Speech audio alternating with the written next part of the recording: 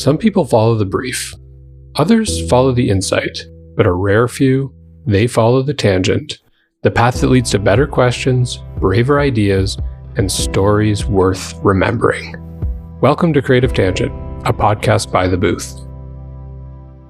I'm really excited for this one. Today on Creative Tangent, I'm talking with Elaine Kwok, a marketing leader and co-owner of Go Banana Marketing Inc. Elaine's done the kind of marketing work where the stakes are real. Regulated spaces like healthcare and clean tech, where clarity isn't a nice to have, it's survival.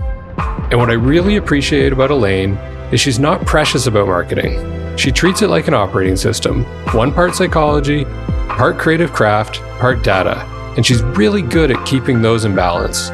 Elaine, I'm excited to get into what those environments have taught you and how that shapes the way you build strategy and creative now. When you look back at like some of your past work with those, clean tech or the healthcare, is there any like through line that connects, what you were doing there with what you're doing now with Go Banana? Yeah, I think for sure it's all about getting the right message to the right people in the right way. So especially when it comes to like complex markets and complex companies and products, that it'll be like, yeah, we try to make something understandable to folks. So we get a good understanding of who their customer is, and then we say, all right, we try to connect your product and your solution with the customer in a way that they understand and the way that they can like see themselves in it. Mm-hmm. So a lot of companies who have a complex product, they like to live in the complexity, and they like to be like, yeah, we're so good. We do this thing. It's so complex. No one can do this. And I kind of have to be like, I'm so sorry, but nobody cares about that. I mean, sometimes what's that saying about if you're inside the bottle, you can't read the label? Oh, I've never heard that. Yeah, it's so that outside perspective is often like sometimes a shock at first, maybe. Yeah. But it definitely sounds like it's a necessity with what you do.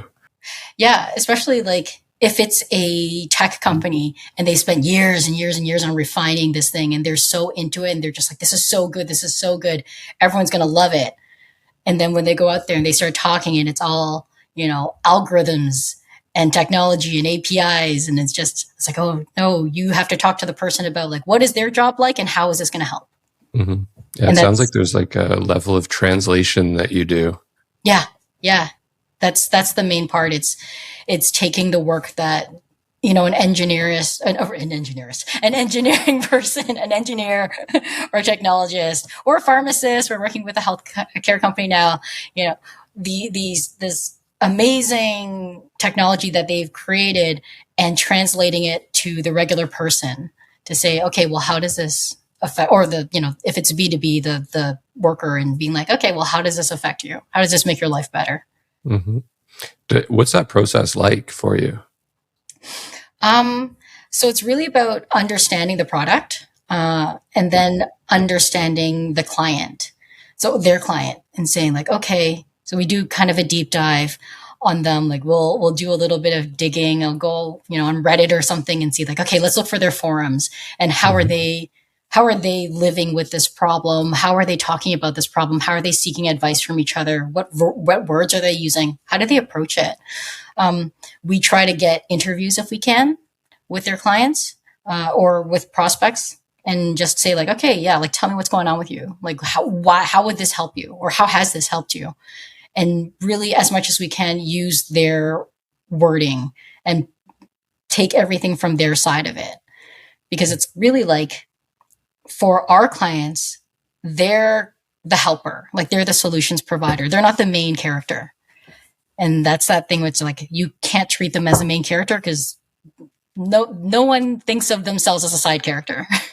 And if you're talking to if you're trying to sell to someone, you need to make them the main character. When you're going through that process, I'm sure that maybe some pushback or some like feelings of like, we need to do it this way because we have in the past. Are there things that you do in those conversations to like try and make people feel safe that this approach is something that's going to be beneficial to them? Yeah, sometimes we'll do something like, hey, let's do an A/B test. Let's try what you've been doing before.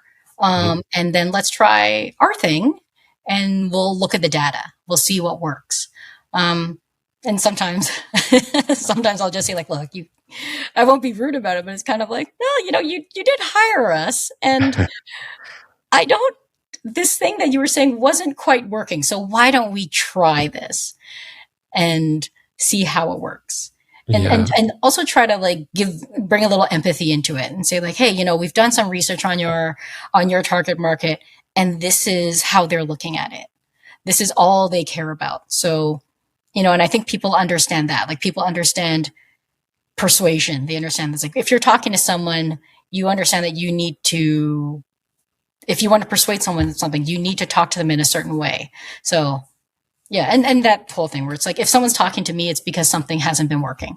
With some of those like really highly regulated kind of complex environments, is there anything that those spaces have forced you to get good at really quickly? Oh my gosh, yeah.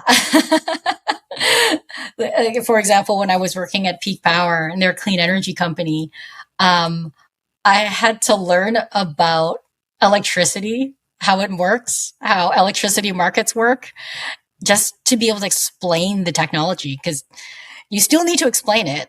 You want to like to bring something into a general, like to make something understandable to a general audience, you kind of need to get some kind of expertise in it. So I took like an online course on energy markets. It took a while to do, but yeah, and then, when I was working in a pharmacy company, previously, I had to learn about the regulations, like what can you say, what can't you say? Cause you can land in a lot of hot water if you say the wrong thing. I guess that kind of leads me to this thing that comes up, I find quite a bit because we work in similar industries, when there's this idea of when does staying safe kind of cross into being ineffective. I was curious if you had like an opinion on that. It's about the outcome, right? If staying safe doesn't bring the outcome that you want, then it's no longer safe. It's no longer useful. I like for us to like not be that safe just because it's like, because doing something different from what everyone else is doing is memorable. It makes you stick out. Is there any moment that you can think of or an example that you've worked on in the past where that was kind of the case? I think that was with Peak Power, where we changed our messaging, because this is a clean tech company. So of course, a lot of the messaging was around clean tech, was around environment, and in a way that was safe, because it's like, hey, we are a clean tech company and our partners are also, or the people in our sphere are also clean tech as well. So everyone had a way of talking about things and being like, yeah, of course, climate change matters. Of course, we're here because we want to do better for the world, to improve the world. When we looked at the sales data and we looked at the sales conversations, what made deals move or not was based on economics. We brought that sort of like environmental messaging, we reduced it, and we increased the messaging around savings, because there was also savings. So when we did that, we found that we were getting a lot more traction. Yeah. So we were kind of doing the opposite of what people in like our partners and other people in our industry were doing. And it was working better because it was actually the thing that closed deals. As much as people want to say like, hey, yeah, we want to adopt these technologies that are better for the planet, the PR of it for the client didn't outweigh the cost benefit. They weren't ready to put the investment in and actually pay more for it. At the time, they're like, yeah, like this is kind of a good thing to have, but really we need to save money. Yeah, it sounds like looking at the data side of things there, really changed like the direction that you were going in, which is quite interesting. When someone's kind of over-indexing that way, like they were, leaning towards what was safe or leaning towards what they thought maybe mattered, their intuition, I suppose. over the data. How do you like intervene in that? Do you just start doing the research and then show them the result, or is there something more to it? I always feel like marketing it's art, it's data, but it's also a little bit of magic. It's a little bit of psychology. So you never really know what's going to work. So sometimes it's kind of like, hey, like we got these ideas and we want to try it. This is how we're going to test it. This is how we're going to measure success. So it's not just like, we're just going to try it and see what happens. It's like, this is our measurement for success. If it hits this, then we know that this works. So we try to put as much data into it. So to get that certainty of that we're not just like throwing stuff at the wall. And then and hopefully the person is okay with trying something new. So when you're like looking at a project that way, do you always start with the kind of information gathering, or is there some cases where you're going with creative, for whatever reason first? It's always, I like to start with information.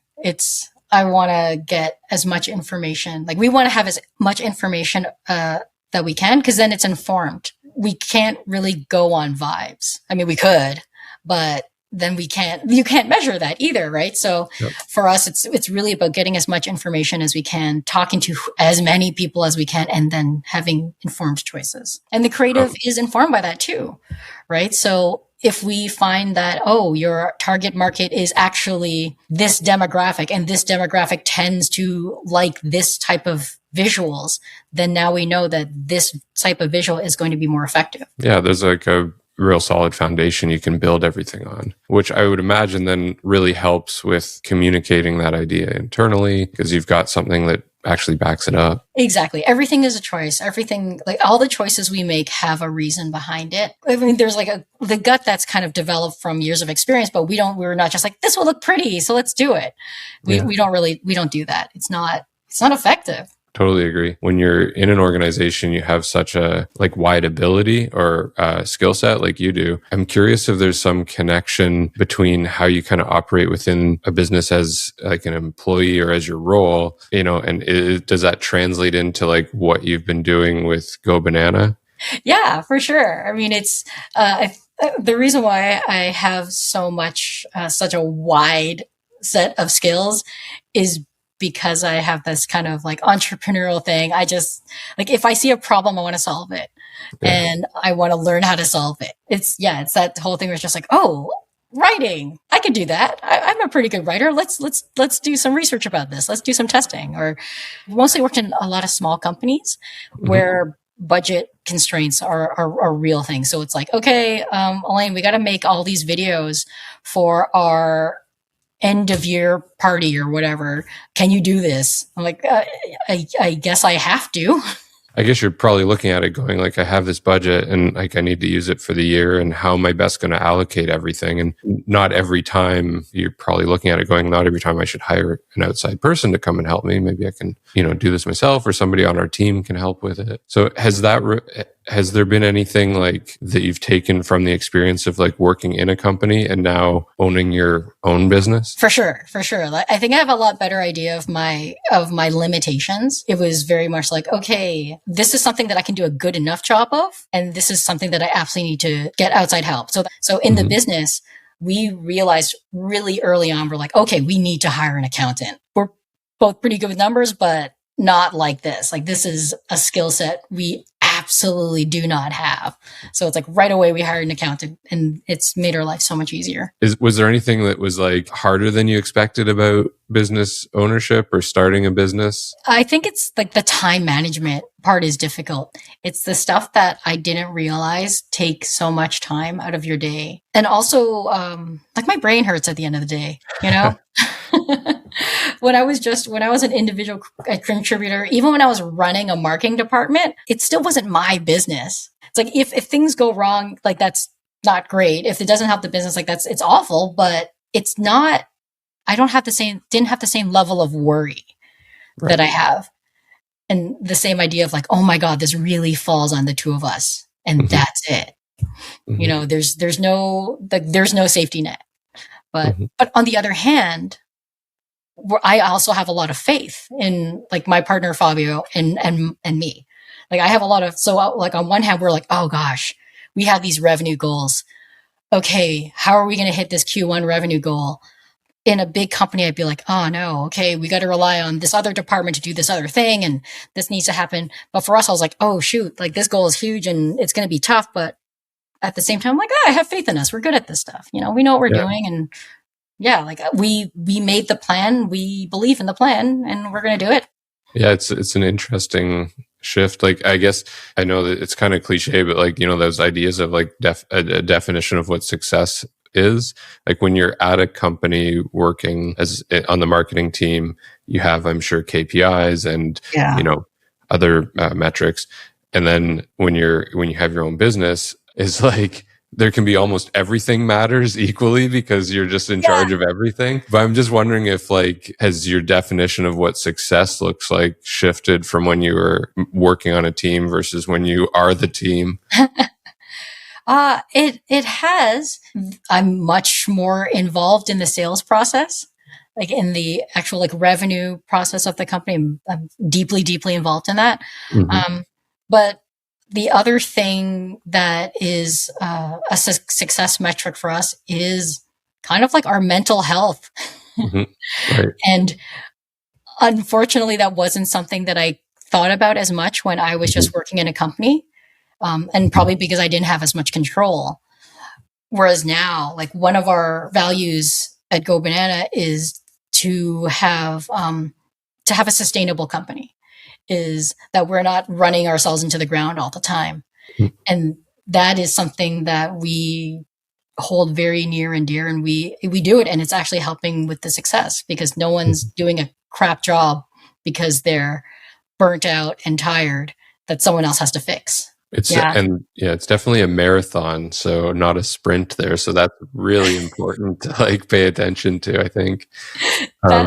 That's true. Cause like Fabio, sometimes when I'm like freaking out, cause I'm like a high performance individual, he'll be like, hey, does this need to get done today? And I'm like, well, I have it on my thing, on my task. And he's like, does it need to get done today? Are they expecting it? Do you need to send this today or can they wait for tomorrow? I'm like, I think they can wait for tomorrow. He's like, it's 4:30. You are losing your mind. Go lie down. Like, go turn off the computer. Just go. Those are good. Those are very good questions to ask. I remember back to like when I started my business, which was over 20 years ago now. I was much younger. I was just out of school. So that those questions were not on my mind. I had the time. I could just go and go and go and go. And I did. Yeah.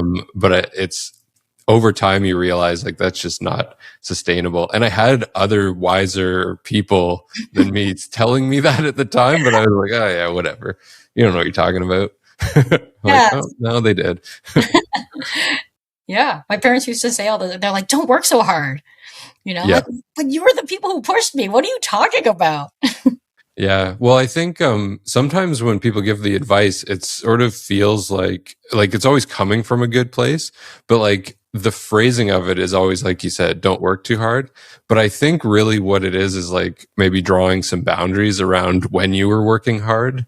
So I know like with myself, as time has passed and I've had to change, like I've changed roles within the business just out of necessity as things have evolved. And I always find that those transitions take me a minute to kind of fully understand what I'm doing, or I guess another way to put it would be like unlearn what I was doing. And I'm just curious if there's anything like from the corporate life that you've like had to, or maybe subtly noticed you've had to unlearn for you to be successful now. Yeah. I mean, I guess it's when I was working in corporate, I was like eating, breathing, sleeping marketing.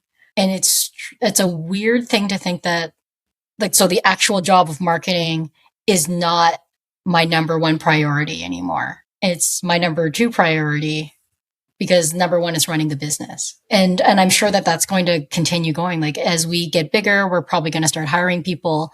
And then it's like, there might be a universe where I don't do hardly any marketing, or I just do the strategy part or something. You know, it's more of a mindset thing. Of just being like, okay, yeah, we want to do this thing, but oh wait, is this within scope? Like I'm like working at a corporate, you're so used to going above and beyond and being like, and you're an employee, so you're always getting paid. So I'm just like, yeah, let's do this. Let's add this thing. It's going to be so cool. And now it's like, okay, this thing is going to be really great. Oh shoot, it's not in scope. We have to get paid for what we're doing. We can't do things for free. So now we need to propose this and say like, hey, we think this is going to work. It's going to be great. This is how much it's going to cost though. Mm-hmm. Like now there's a cost associated with everything. So that's the different kind of mindset. I can't be free to do, in a weird way, I can't be free to do whatever I want because we have to get paid for that time. We can't just, we can't just spend 100 hours on just deep diving to something because it's interesting and it's cool and we think it'll be cool. Like we have other clients. I think really good clients understand that because from the perspective of like a healthy relationship, if the service you're providing is providing value, the client, I believe, should want you to be successful so that you can continue to help them add value to their business. So it's not like a zero-sum game, even though sometimes like the topic of finance may be positioned that way. Oh, this is costing me money. It's like, well, no, it's we're adding value in this way. So in order for us to continue to do that over the long term, the compensation is just there to make sure everything can continue to function very well. The one thing that we've learned as well is to not position it as a cost because it's not a cost. It's an investment. We're not suggesting something because it's kind of cool and we want to work on it. We're suggesting something because we think it's going to make an impact. Is that a common challenge that marketing in general comes up against, that it's like a bit of a cost center? And I find it was more when we're working in corporate because I've definitely worked in some environments where marketing was like a checkbox. Where it's just like, we have to do marketing.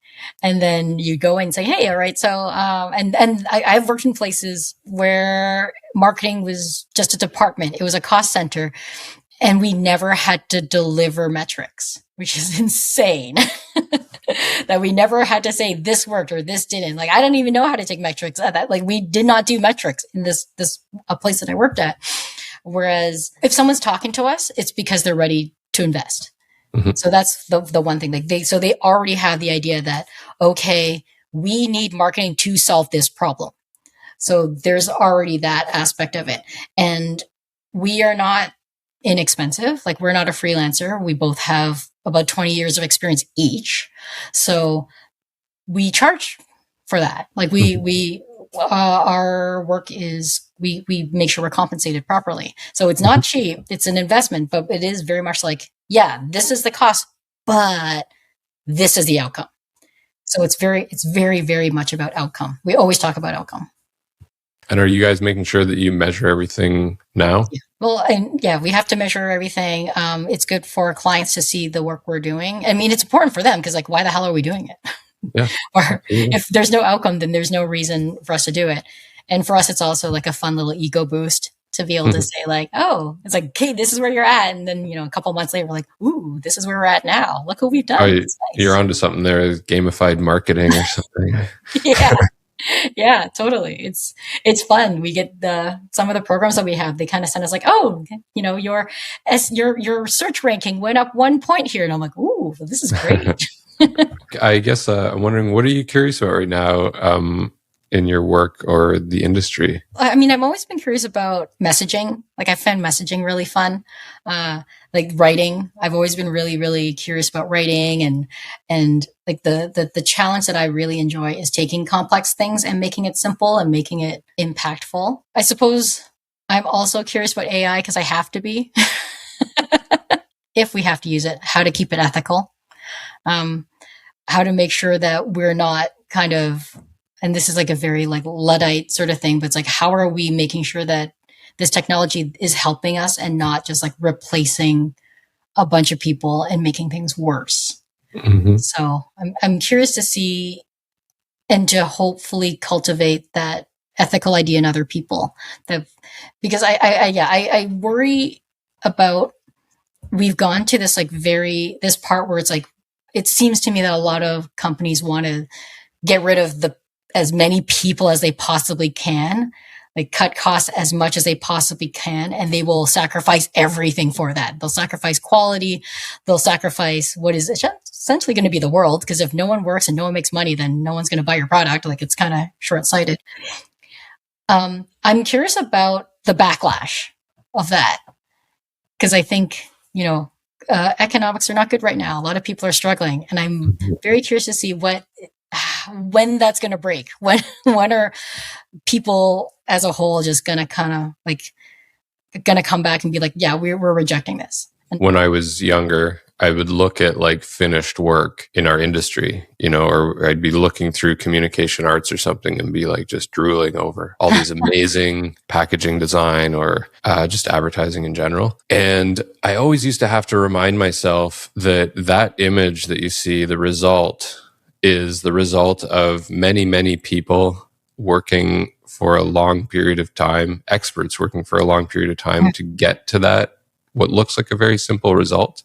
yeah. But there's this massive amount of effort that went into that. The misnomer potentially around the use of artificial intelligence to get us to that end result, the promise is that there's less work involved in getting there.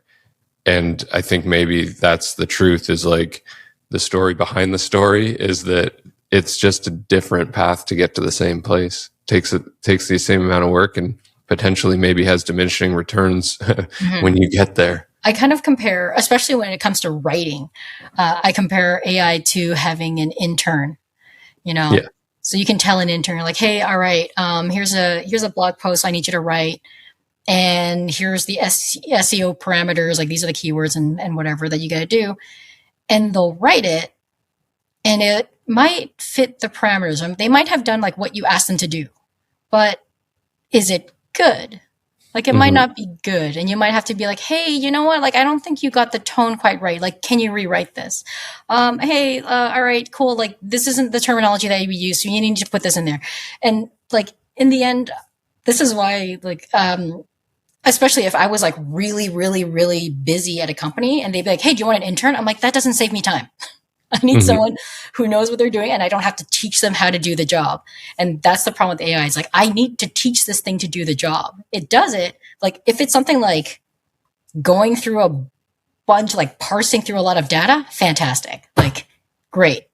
But if you needed to create something that's impactful, that like makes you feel something, like, I don't know, that like, it's hard for people to do that.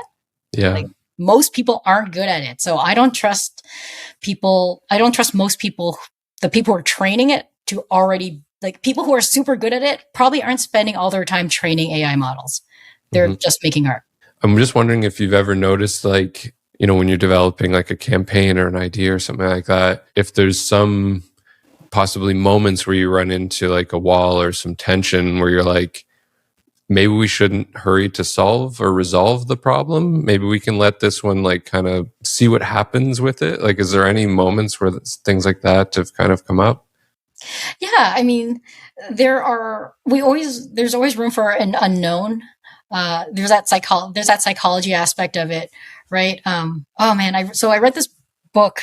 I can't remember what it was, but they were talking about this tomato sauce company. They did a focus group to say like, okay, what kind of tomato sauce do you like? Do you like spices? Do you like, this kind? Like they just had, and they took all this, all the focus groups and it came up with the result and they did the thing and it turned out okay. And then someone just out of nowhere said, hey, why don't we try like a chunky tomato sauce? And they just threw that out, no focus group. And it was wildly popular. So it's a thing that's like, sometimes research can only take you so far, especially even if you're asking people questions. Like the way people talk about things, the way people think they feel about things doesn't always result in how they act.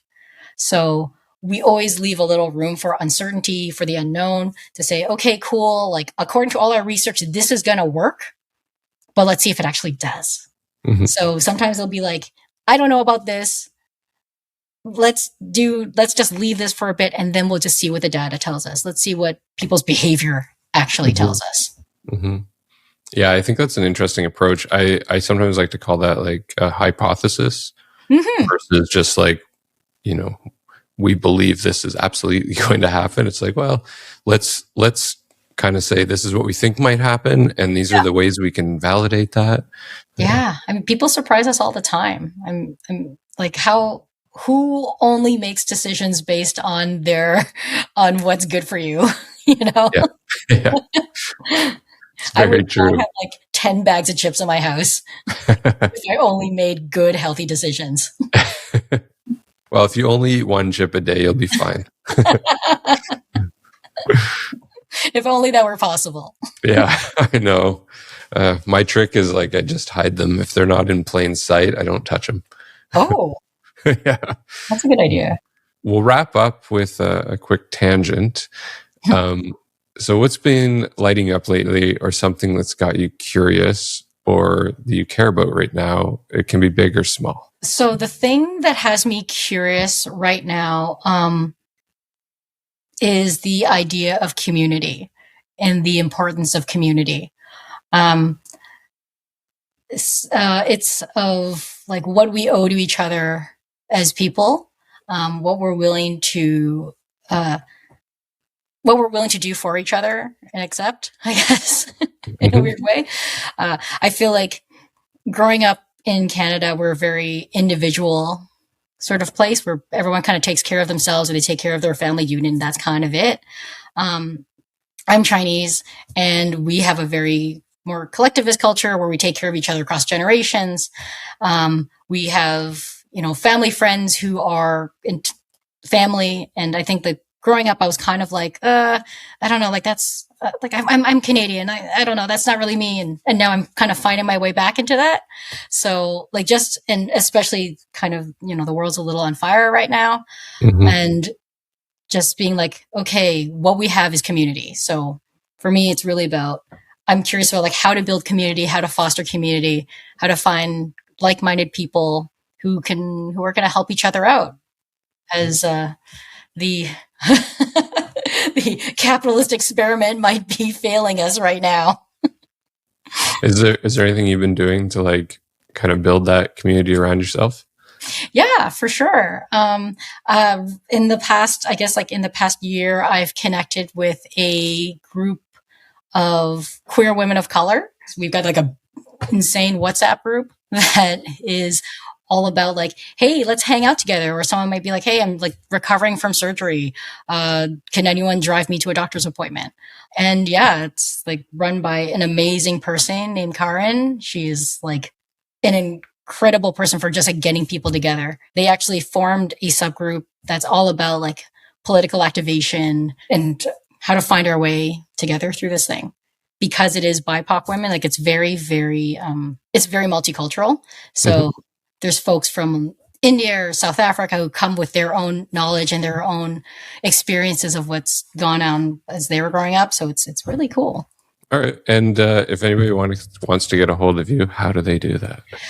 They can find me and the Go Banana people, all two of us, at gobanana.net.